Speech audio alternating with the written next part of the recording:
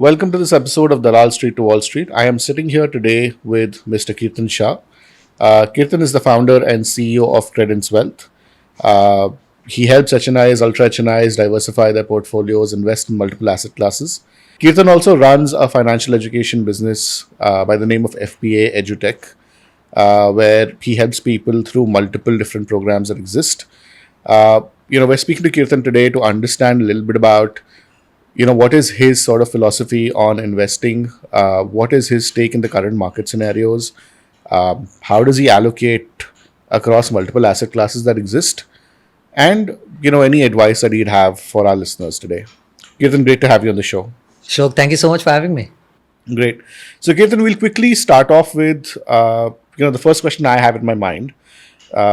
In the previous episodes, we've spoken a lot about how to start investing, why investing is important, why you should do SIPs. The one question that I have is, while we've understood why SIPs are important, you had once mentioned that SIPs are great only during a market downfall. What is your philosophy on that, and how did you arrive at this conclusion? I think, look, the point that I was trying to make from where you heard this was that SIPs are great when the markets are falling, and there is absolutely no reason for you to stop your SIPs when markets are falling, because that's exactly the problem that SIP as an investment technique is trying to solve. When markets are going down, if you continue your SIP, you're going to be able to accumulate more units, and that is what is going to add to your risk return experience over a period of time.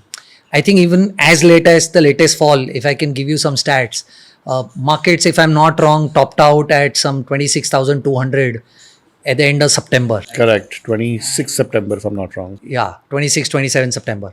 And it bottomed out, I'm assuming at this point in time that it's bottomed out at around 21,800 types. Now that's actually probably would have been a larger fall, but today that you and I are talking, markets are somewhere around 24,200. Correct. So it topped out at 26,200. Today they are at 24,200 while we are talking, which means in an absolute number, Nifty is down 8%, right? But from the same day of 26,200 to yesterday, which was 24,200, SIP in Nifty 50 would have been +4, right? So -8 on Nifty absolute, but a +4% on and continued SIP when the markets were going down is exactly what the investor community really needs to understand. Because when the markets are falling, for the same amount of SIP that you are doing, you are accumulating larger More units. number of units, absolutely. And ultimately, if your assumption is that the markets will go up, then the higher accumulated units will actually add up and give you more returns. So I think I'm really surprised when people do SIPs, but they stop when the markets are falling, because that's exactly the time that your SIPs are going to do the job for which you hired them, right? Yeah. I mean, if that even makes sense, but No, that's absolutely right. In fact, in the previous episode also, we spoke about the fact that, you should always continue your SIPs. And when the markets are going down, it's actually time to tap into your liquid funds that you probably have, and double down on the SIPs that exist and accumulate more number of units, right? However, this is great for people who are building wealth, right? For people in their 20s, 30s, even 40s, when they're trying to accumulate wealth for a better future, for a better tomorrow, for retirement. It's a great philosophy for them because, they of course have many, many more years to go. But what is the fundamental principle that you think a common investor should follow to continuously assess their portfolio and their portfolio construction? I think, look, because personal finance is personal, it's very difficult to give you one formula that will end up suiting everybody. But I can tell you in general, the ideal way is for you to not try and time the market, because most of us are not going to be able to do this.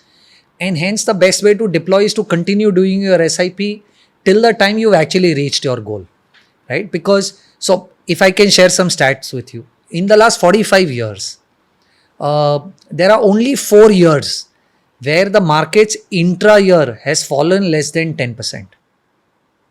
Which means 41 years out of 45 years, markets have fallen 10% from the intra-year high, right? But the other stat is that in the same 45 years, there are 36 years where in spite of the 10% intra-year fall, markets have still closed in green. That simply tells you that while you are trying to invest for long term, right, every fall in the market is a great opportunity for you to buy, right? Now, when do you want to buy, how much do you want to buy is very personal and subjective. But the point is that if I have a goal that is going to be 25 years from today, my idea has to be to continue that SIP for 25 years. And every time I get an opportunity in the market, like the past data suggests, and I have some cash, deploy more. You don't actually want to do anything outside of this. And I keep always telling that investing is actually very simple, provided you are disciplined. With simplicity and discipline, actually you will really be able to beat the most professional fund managers in the market and the Wall Street, right?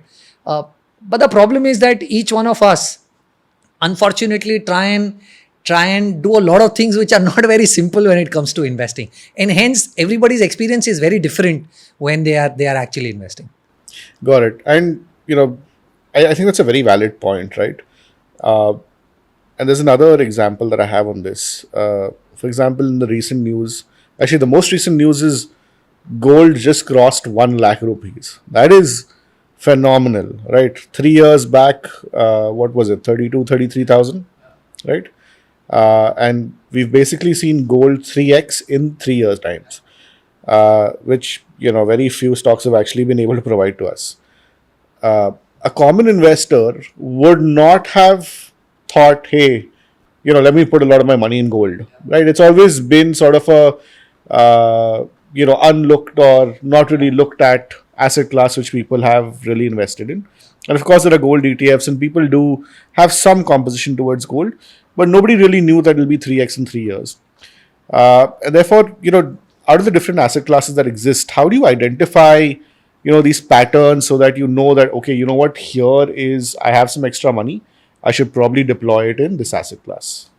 I think, look, I'm a largely a macro guy, and for me, asset class weight depends on what macros do, right?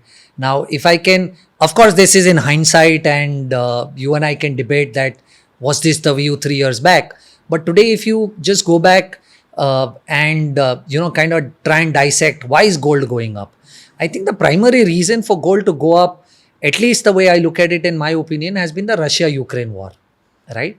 So what happened post the Russia-Ukraine war? US wanted Russia to not continue with the fight, but Russia was not giving up, and which is what US did was froze some billions of dollars of investments that the Russian central bank had in US bonds.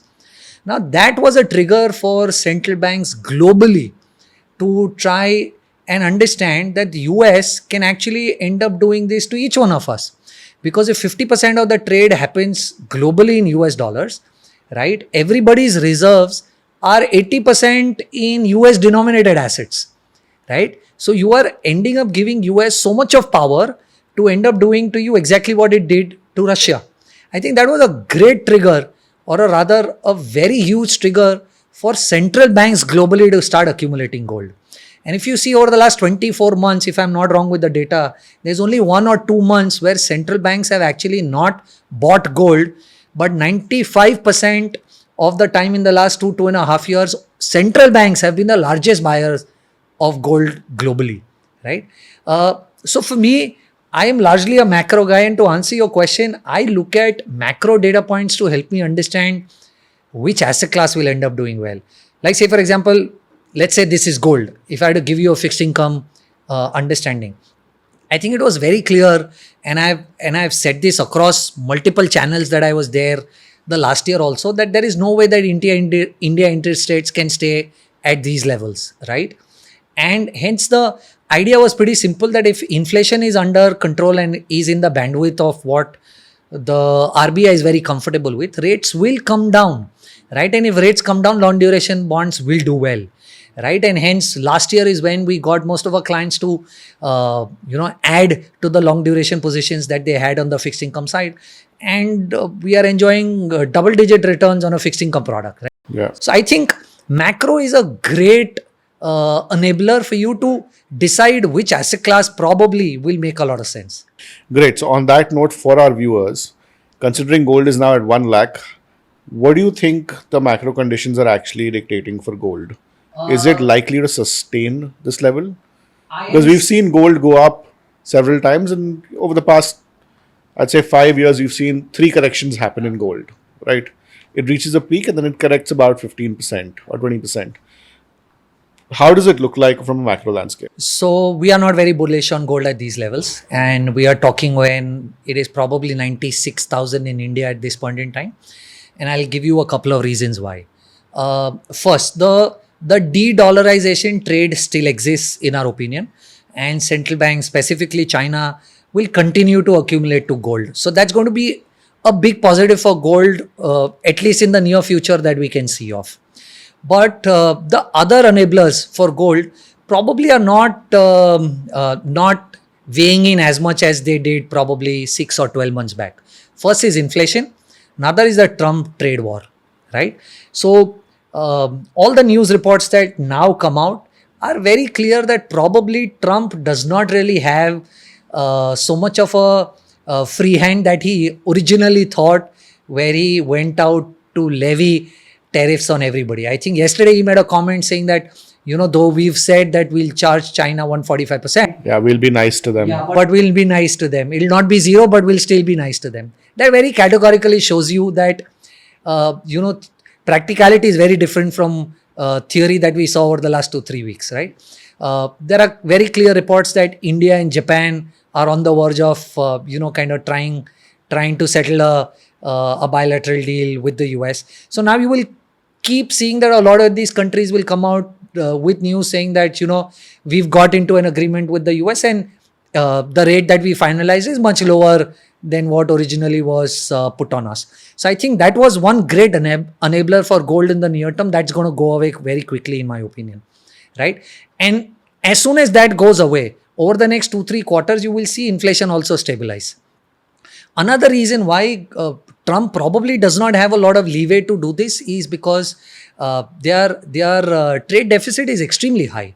They're sitting on a $33 trillion of debt, right? A $2 trillion of trade deficit every year. Now, they have to refinance most of it in the coming 1 year or 15 months. Now, at rates at 4.5%, right? And already global central banks not willing to participate in dollar, how are they going to be able to refinance so much of debt? Which is why it is in their interest also that the yields come down. So I think a lot of these near-term triggers probably will not support gold, specifically in an India context. I think because dollar in general is depreciating, but with respect to India, along with dollar depreciating, which in general will mean rupee will appreciate, but I think there are a lot of triggers for rupee to in general also appreciate. Correct. And we've already seen this, right? In this financial year, gold in dollar terms is up 21% while we are recording, but in India terms, in rupee terms, it's up only 14%. So I think rupee will also play a major role.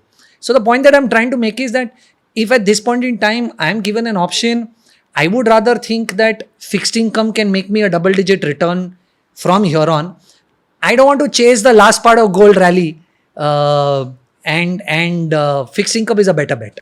So, while we're on this subject, I think, the recent sort of geopolitical conversations that have been happening is going to lead to, if not lots, some manufacturing coming to India. And we're already seeing that with, the Google Pixel phone. We're seeing that with Apple.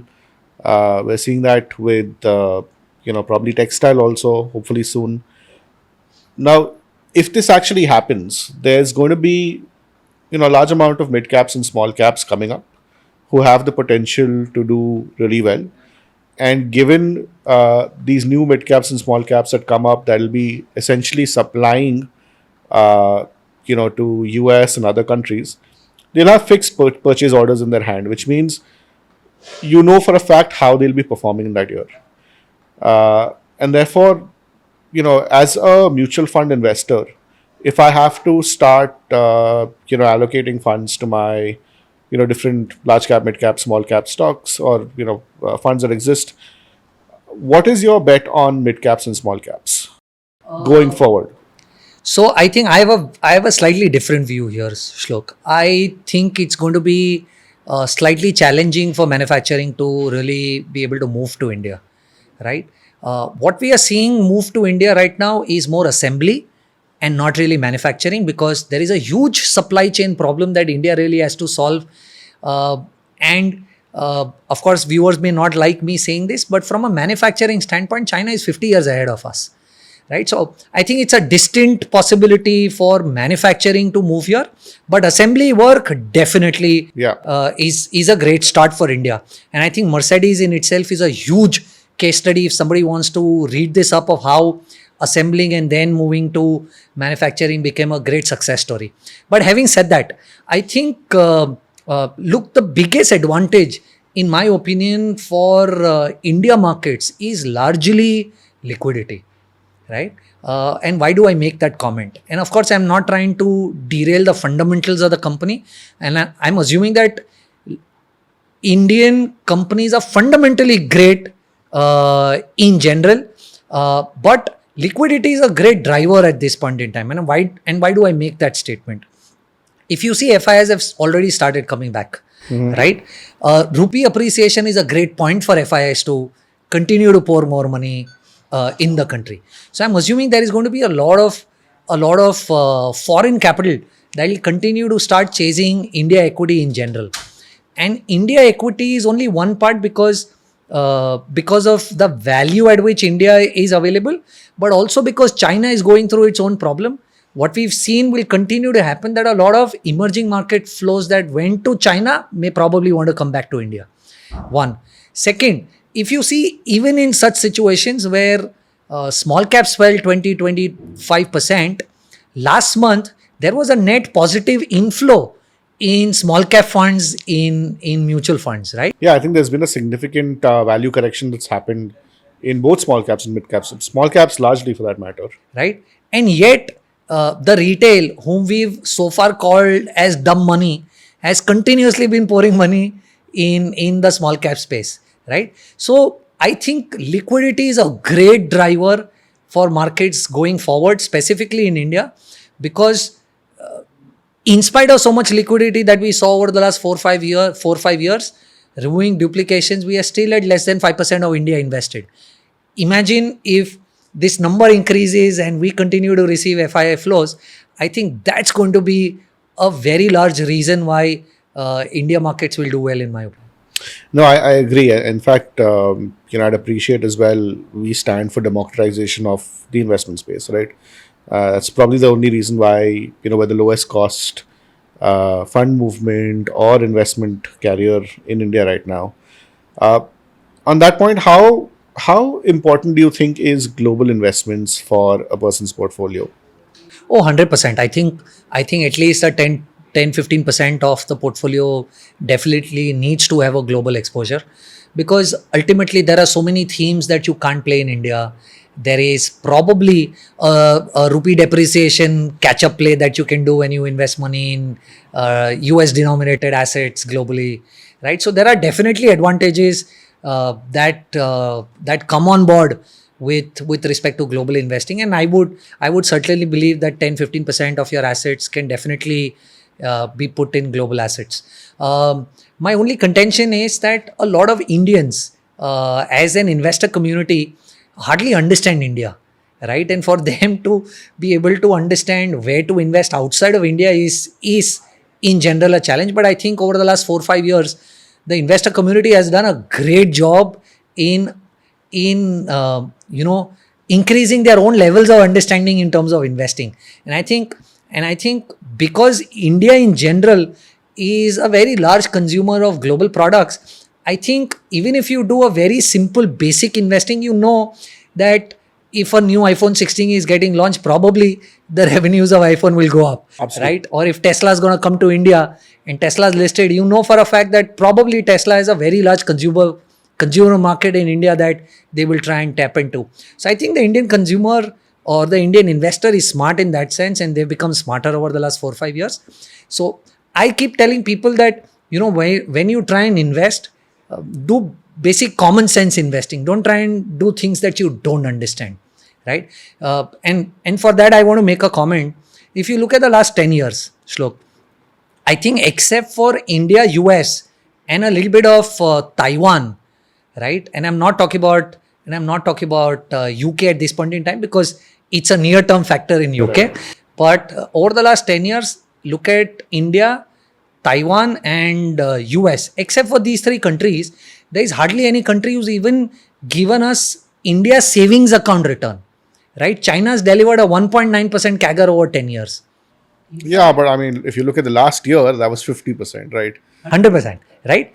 Let's say even if you look at a Philippines is a minus 2% over 10 years, right? So you look at Indonesia, you look at Malaysia, you look at Korea. Most of these countries have not done great. So why am I telling you this? The reason why I think it is important for the investor community to know this is because when you want to invest outside, and you should, 10-15% of the portfolio, try and do common sense investing, which is largely US, right? Most of these tech products in the US are the products that you actually consume here in India. You will know whether the product is good or not, it has scalability or not, will it even do better in the future or not. And I think that's the kind of investing that will make a lot of sense, at least in my opinion. Yeah, no, I think the great advantage of access to the US market also is the fact that, it's not only access to companies like Google, Netflix, Amazon, which, retail investors in India consume on a daily basis. It's also, hey, I'm seeing China performing really well. I have access to a Chinese ETF. And therefore, you actually get global exposure just by access to the US market. And because these are ETFs, these are available to you, you don't need to put in a lot of money. You can buy, let's say, 100 rupees of a Chinese ETF and see how it performs and put in more money if you want to. So great. Let's pivot and talk about mutual funds for a second. And what's your view on Indian ETFs versus global ETFs, for example? Because I know we covered, the fact that US has, the moment you have access to the US stock market, you have access to, 90% of the world's market as well. And these are all accessed through multiple ETFs and ADRs that exist. So in your opinion, how would you compare an Indian ETF versus a US based ETF? See, actually, an Indian ETF, the problem is that there are a lot of regulatory hurdles from an RBI or a SEBI standpoint. So today also that you and I are talking, there is a limit of close to $7 billion, if I'm not wrong, on the mutual fund industry, and 1 billion per AMC, Correct. beyond which they can't invest They can't accept outside. any more money. They can't accept more money, right? And that is been hit since 2023. And it's been good 18-20 months that fund houses, a lot of fund houses are not taking new inflows. Of course, there are some opportunities and some fund houses are still taking, but largely money is not flowing in because these guys are not allowed to take more money, right? And which is why you see India ETFs are trading at 12%, 15%, 20% at a premium to the actual INAV. So in that context, having access to the US markets is great because you will not have to pay this premium, right? And suddenly you end up saving for the same index that you want to buy in India versus that you buy in the US, you end up saving on the premium that the Indian markets are trading at. Correct. Absolutely. In fact, there's a very wide variety of ETFs that exist in the US market. In fact, just investing in ETFs alone, you can construct a portfolio that gives you outsized returns, right? Based on your risk appetite, you can have some allocation towards tech ETF, some allocations towards a gold ETF, some real estate, and so on. Great, but you raised a point that if you can identify the fund manager and if you can identify the investment philosophy, you should do active managed mutual funds. There's a point over here where, a lot of people may not be able to do that, right? But some people do believe in timing the market. What are your thoughts on timing the market? Do you think it's actually something worth doing? Is it a skill that one should develop? Or is it something that, you should probably, as a retail investor, just probably stay away from? I think it is futile to be able to develop that skill as a retail investor.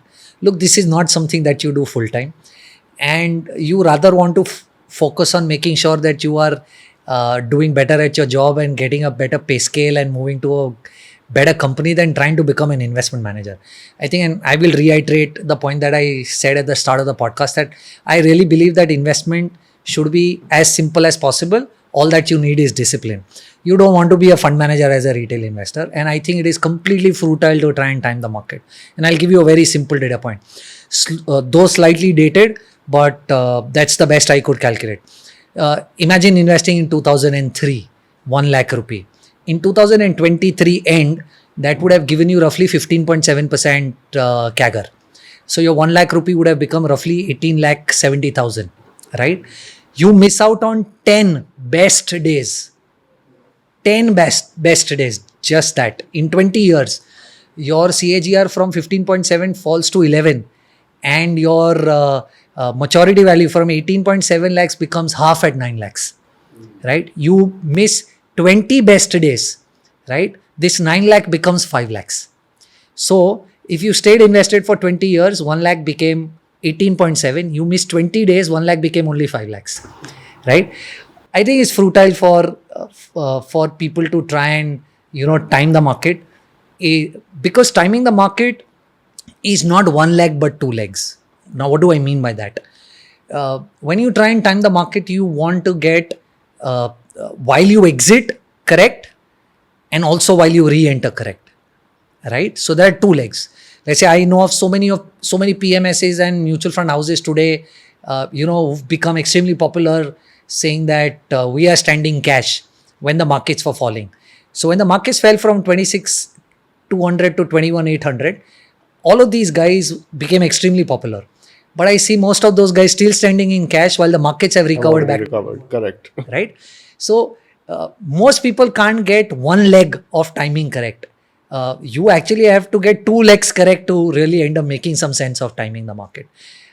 I would rather suggest you stay invested till you are able to reach your goal. Got it. And, there have been several stock market crashes in the past, right? We've had 2007, we've had 2020. And, this is probably the first time retail investors who entered in bulk in India have seen a market crash, right? Or a market correction. Do you have some data on historically how did markets perform and what did retail investors really do and what helped retail investors in these moments? So because at the start of the podcast, I spoke about the 2024-25 crash. Let me take you back to 2020. So in 2020, I think it was Jan of 2020, where on the markets we picked out at somewhere around 12,400 types. It took the market 10 months, which was in November of 2020, to get back to the same level, right? So for all practical purposes, the return between 1st of Jan 2020 and let's say 10th of November 2020 was practically zero, right?